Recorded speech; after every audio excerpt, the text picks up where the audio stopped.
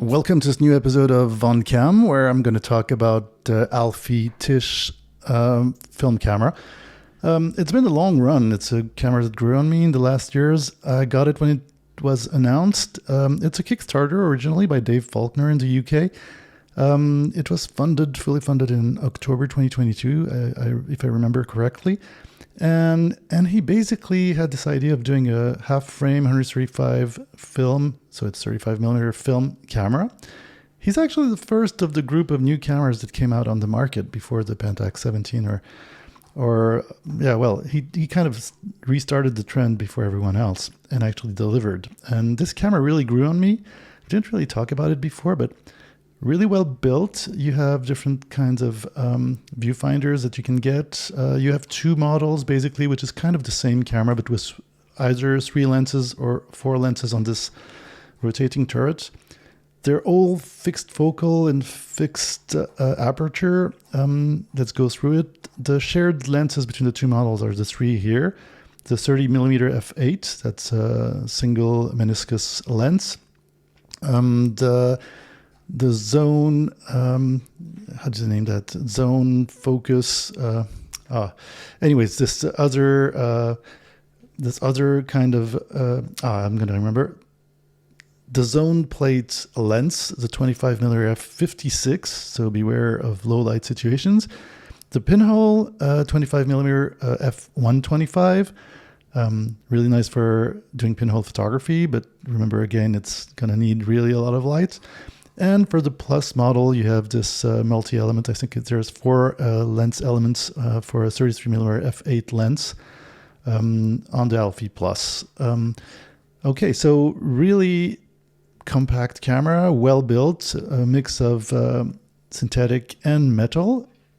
Solid. Obviously, I didn't really try to take overly too much care of it. I really used it and used it extensively in the last years. As you can see, I put some gaffer on the viewfinder because I kind of had a mishap, but it's really well built. It's not the build's fault. I really went through it. I lost a small rubber also ring. But the camera is interesting per se. Very simple. You can open it. You have this leaf shutter here. As you can see, opening, and I'm on the long exposure, obviously. When you wind the film, it's manual. It will move when there's a film. Move this this small white thing indicator underneath that you will see when the body's closed, telling you that you've wound one shot. So it's purely manual. You can do multi-exposures in that sense if you expose correctly. You have this small interface button which goes left and right and you can press with this minimalistic screen, but that works really well, very legible. You can go from mode automatic, aperture, automatic, aperture, balance. You can't actually change anything else with the lenses, so that's perfect. You can, when you're in A, you can over or underexpose. You can go in manual mode also. One thing that's kind of a little bit bothering is because of the apertures, it's not coupled between you moving the lenses. You have to manually press to get the right aperture value for exposition. So here f125, f56, manual, f8. So that can be annoying. Sometimes you will forget, or you will set it, not take a picture, turn it off. For example, if I go here, I put 125, I turn off, I turn back on. It's going to be f8 because I didn't take a picture. As if I do f125, take a picture, that's going to be slow. It's a long exposure because I don't have that much light here. And turn it off. Here, I'm doing it before it closed. Yeah, it's f8. Anyways, this is a small glitch in my opinion, but it's more of a user glitch than a design glitch. It was complicated to couple it, an extra layer. The camera is great like this, and you'll get used to it. Of course, the shutter is the on-off button.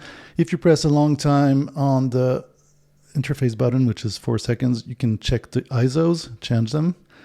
That's good. You can zero, by pressing you go down, you can zero the counter. You can have a delay for your picture taking, and you can switch between using the USB for remote, which I do have here. It's a USB-C remote. Here it is. You have to connect it, or flash. I didn't test the flash. I don't have a USB flash, but if I go back to here, flash, and when you put it in flash mode, then you will have the F here, which will not enable you to do much more than over or underexpose. Anyway, let's go back to put it back on to remote, such as we get the aperture, priority, and manual mode. So here, that's a really basic camera. Oh, you also have this thing to put the film in and remove the film. To rewind, there's no weird mechanical thing. You have to turn it back in the other way and you'll see it go back. Yeah, let's go check some pictures and see and talk a little bit more about it and see what it's capable of.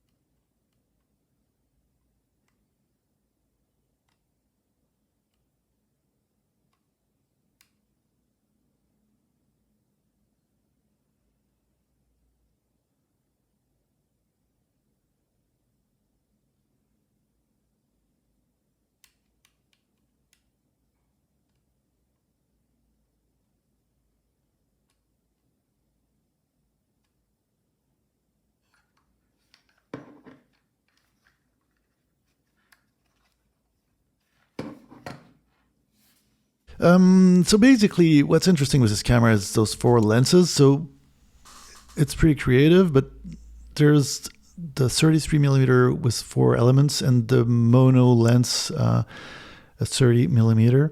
And here both are side by side, the 33mm on the left and the other one on the right. Because basically when I started using this camera, I was expecting a real big difference between the two. There definitely is in character, but it's not like just one is of great quality and the other one is kind of crappy. They're both pretty good for what they do, but they have, what I said, very different character. And because the aperture is the same, the focal length is the same, near the same, what's going to be really different is the feeling you get from it. So here, for example, with this first photo, that's what's from my first film. It's Pro Image 100 from Kodak. On the left, you can see that the definition in the middle with the 33mm is really nice. You can see the bricks. But at the same time, if you look at the bushes on front, on the right, the 30mm has a different contrast, different kind of way of managing the colors, but there's some diffused glow and some highlights. So it's really going to react differently depending on what you're taking a photo of. So you need to practice with it, which was my case. That's why also the review is so late. I adopted this camera. It's a really great camera, I can already tell you, at least for me, but it's hard for me. It was hard to adopt and really start understanding. Again, 2 pictures on the left, the 33mm. As you can see, there's a really nice definition. You can see it well on the trees on the sides, that you will kind of lose on the 30mm, which is on the right. But you will have a different kind of contrast. And in some ways, it's the definition. If you look at the trees in the middle, in this picture, they look better on the 30mm. So it's really the way it renders. Let's go into more. That's another type of film. That's Kodak Color 200, expired in 2005. So it's 20 years overdone. But I like this example. I did the 4 lenses. On the left, that's a 33mm. On the left, that's a picture, full picture. And on the right, that's the zoom in order to have the grain of the film. And as you can see with this 4-element lens, you can kind of feel the texture of the windows on the buildings in the back using that lens. It resists pretty well to the direct sunlight on front. And it's got this rendering, which I find interesting, which is kind of different, more glow in the periphery here. That's a 30mm. As you can see, when you look at the zoom in lens, the grain takes over the texture of the windows of the building.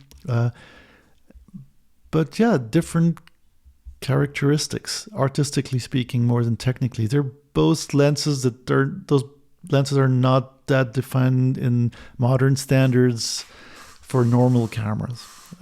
It's hard to describe, and then when you go to the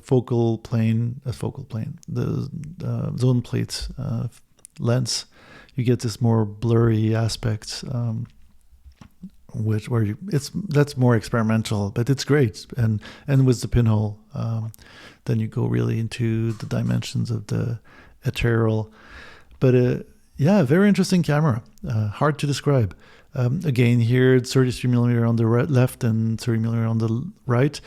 Again, depending on the situation, here it's a gray day. That's TMax 3200 ISO film. Very different renderings. As you can see on the left, the 33mm has a good way of defining in the periphery. As you can see, the car with the license plate. Also, the geometry might be a little bit more pincushion with the 30mm. Again, here the zone plate and pinhole, that's another story, but very interesting. Really great to have those 4 lenses on the same camera and have such a small and compact camera. Going to Kodak Color 200 expired again when using the 33mm. Originally, I was using the 33mm like if it was the best alternative, but you really should see it as 2 different options. The 30mm and the 33mm don't have the same mood. And at first I was really using the 33mm. Here again, great lens, but a little bit hard for my style of photography to use. Again, here in low lights it can be problematic, but you will get, for example, in the picture on the left, you will get some interesting shots. And it's so compact, nobody really knows what you're doing with this thing. Or on the right, as you can see, the geometry is pretty good on that 33mm lens. And here on the left, that's a zoom in. You got plenty of information coming out of it. A good artistic choice in terms of design. Here again, for street photography, I didn't do that much street photography with it, but it's kind of a good camera technically in design for that. But yeah, very pleasant here. Again, 2 details, those tags, or the Il Russo in Geneva on the right. If we zoom in, we can see that even so, the film here is really grainy. You do have information coming out of the lens. Or when you go by night, it's still interesting. I mean, even so, you have motion blur like you have here. I really found it fun to use and kind of an expected result. Here we're using Ilford Ilfocolor 400 vintage tone. I think that's Orwo 450 ISO film inside. The Ilford brand is used. It's not Harman who does it. Harman does the Phoenix in the red. But here the first shot on the film on the left, or here's this caddy in the snow. That's in Iceland.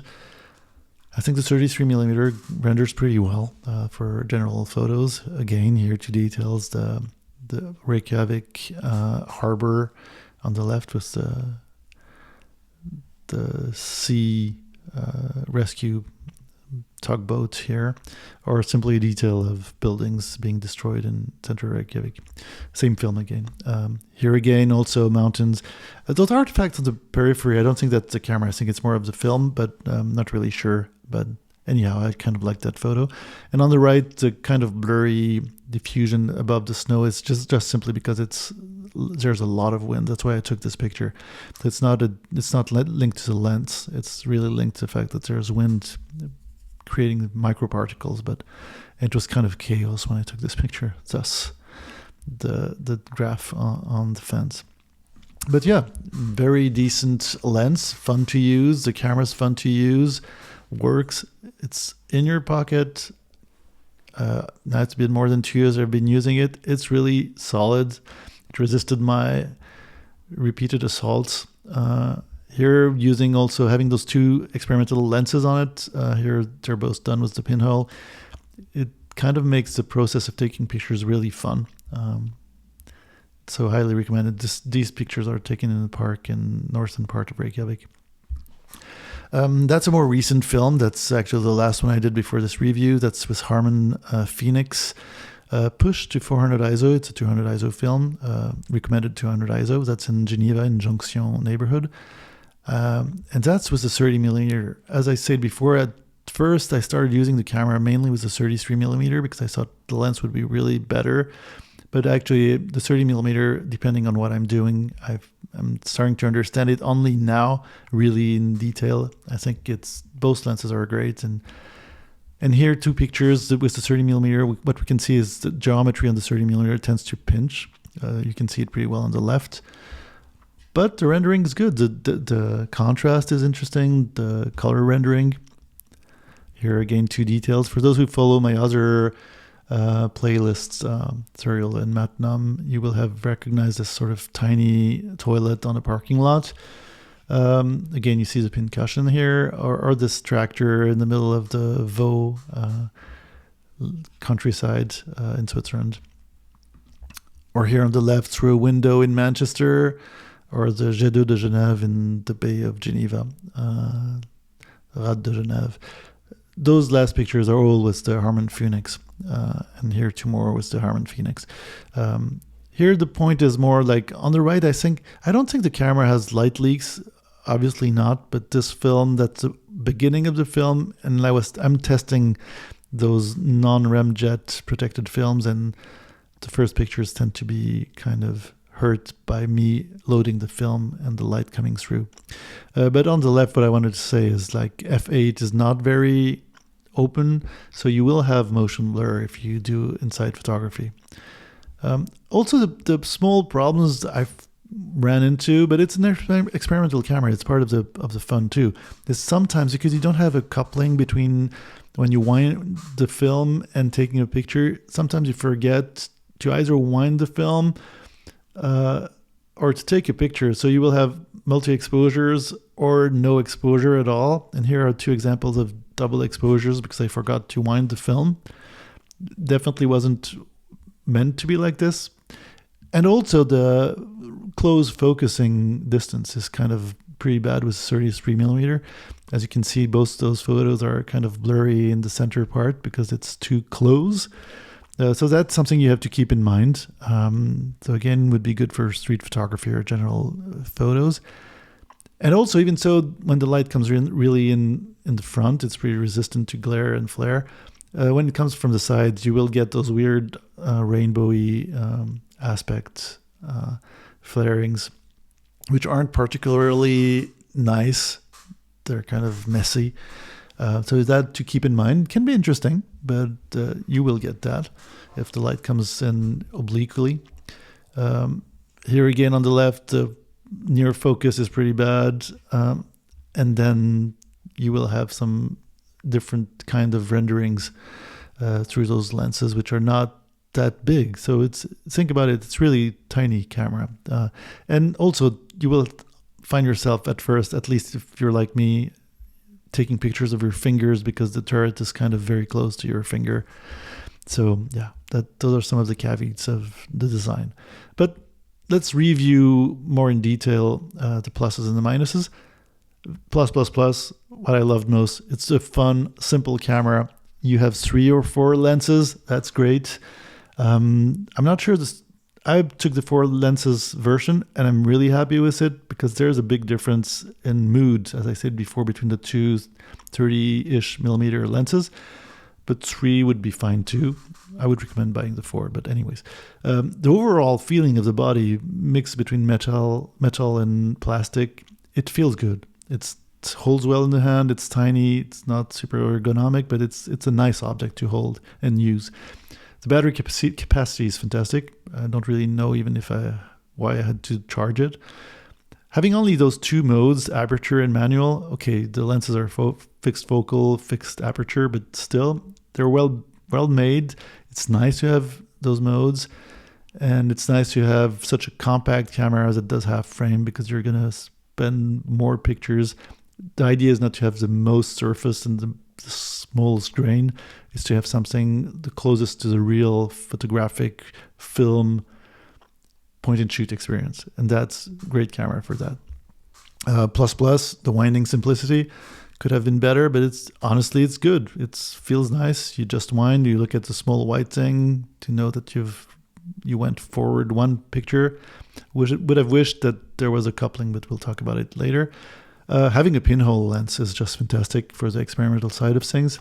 It makes you do pinhole photography more often than you would, simply because you have it. The visible display, it's small, but it's really nicely designed.